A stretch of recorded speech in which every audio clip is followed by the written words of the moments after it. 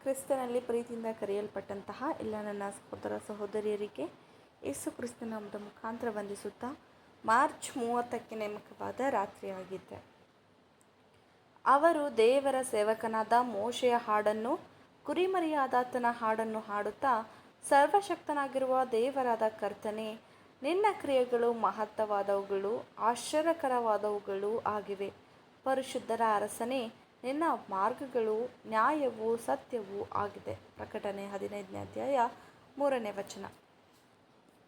ನಾವು ಎಷ್ಟು ಅಧಿಕವಾಗಿ ದೈವಿಕ ನೀತಿಯನ್ನು ಮತ್ತು ನಮ್ಮ ಮನುಷ್ಯ ಜಾತಿಗೆ ವಿರೋಧವಾಗಿರುವ ನೀತಿಯುಳ್ಳ ಮರಣದಂಡನೆಯನ್ನು ಕುರಿತು ಪ್ರಶಂಸಿಸುತ್ತೇವೋ, ಅಷ್ಟು ಅಧಿಕವಾಗಿ ನಮ್ಮ ಮೇಲಿರುವ ದೇವರ ಪ್ರೀತಿ ಮತ್ತು ದಯೆಯನ್ನು ಕುರಿತು ಪ್ರಶಂಸಿಸುತ್ತೇವೆ. ಮತ್ತು ಒಬ್ಬನಾದರೂ ನಾಶವಾಗುವುದು ಆತನ ಚಿತ್ತವಲ್ಲ ಎನ್ನುವ ವಿಷಯವು ನಮಗೆ ಸಂತೋಷವನ್ನುಂಟು ಮಾಡುತ್ತದೆ. ಮತ್ತು ಎಲ್ಲರೂ ಆತನ ಕಡೆಗೆ ತಿರುಗಿ ಬದುಕಬೇಕು, ನಿತ್ಯ ಜೀವವನ್ನು ಹೊಂದಬೇಕು ಎಂಬ ಅಗಲವಾದ, ಎತ್ತರವಾದ, ಆಳವಾದ ಏರ್ಪಾಡನ್ನು ಆತನು ಮಾಡಿದ್ದಾನೆ.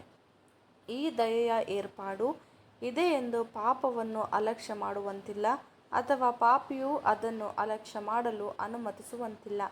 ವಿಮೋಚನೆ ಹೊಂದಿರುವವರು ಅದನ್ನು ಅರಿತಿರಬೇಕು, ಪ್ರಶಂಸಿಸಬೇಕು ಮತ್ತು ಅವರ ವಿರುದ್ಧ ಅವರು ಬಿದ್ದು ಹೋದ ಸ್ಥಿತಿಯನ್ನು, ಅವರ ಮರಣದಂಡನೆಯ ನ್ಯಾಯತೀರ್ಪನ್ನು ಮತ್ತು ಅವರ ಮರಳಿ ಪಡೆಯುವಿಕೆಗೆ ಮೊತ್ತವಾಗಿ ದೈವಿಕ ದಯೆಯೇ ಕಾರಣವೆಂದು ಪ್ರಶಂಸಿಸುವವರಾಗಿರಬೇಕು. ಅವರು ಈ ಪಾಠವನ್ನು ಕಲಿಯದ ಹೊರತು ಅವರು ಎಂದಿಗೂ ದೈವಿಕ ಏರ್ಪಾಡುಗಳನ್ನು ಪ್ರಶಂಸಿಸಲಾರರು. ಮತ್ತು ಈ ನಿಬಂಧನೆಯ ಮೇಲೆ ಮಾತ್ರ ದೇವರು ಅವರಿಗೆ ನಿತ್ಯ ಜೀವವನ್ನು ಅನುಗ್ರಹಿಸಲು ಸಾಧ್ಯ.